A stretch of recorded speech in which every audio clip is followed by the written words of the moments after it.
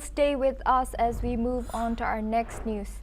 Iran says it is willing to renew nuclear talks with the United States, but only after receiving solid guarantees that Washington won't launch military attacks during negotiations.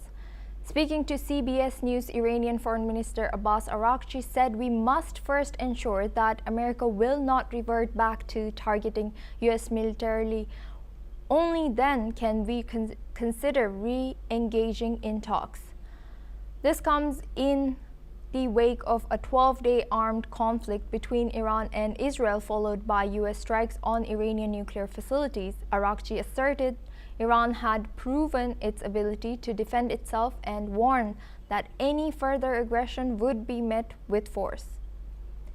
Despite tensions, Iran maintains that diplomacy remains possible, with Araghchi stating the doors of diplomacy never slam shut. He emphasized that Iran's peaceful nuclear program is a source of national pride and glory, and no amount of bombing can erase its technological capabilities. Tehran has consistently refused to abandon uranium enrichment, stating it is vital to its peaceful nuclear ambitions and sovereign rights under international law. Now we go back to our discussion with Ross Feingold. He's a political analyst joining us live from Taipei. Thank you, Ross, for staying with us. Now, looking at this, has the recent Iran-Israel conflict made a peaceful resolution to the nuclear standoff more difficult or more urgent, according to you? It's definitely more difficult, but it is also more urgent. The interesting thing about the remarks from Iran's foreign minister is that he wants this guarantee from the United States that the United States won't attack Iran's nuclear sites again.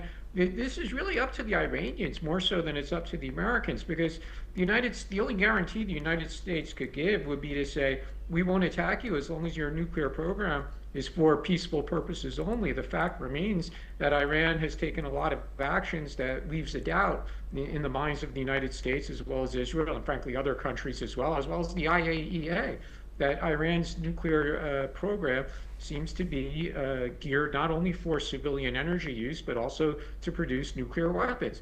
And as long as Iran continues to take steps towards building nuclear weapons or developing nuclear weapons, then the United States and Israel are not going to give up the military option if they have to use it again.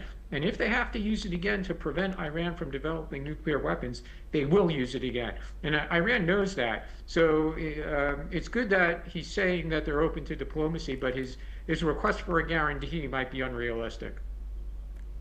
Thank you, Ross, for joining us. You will stay with us for our next news as well.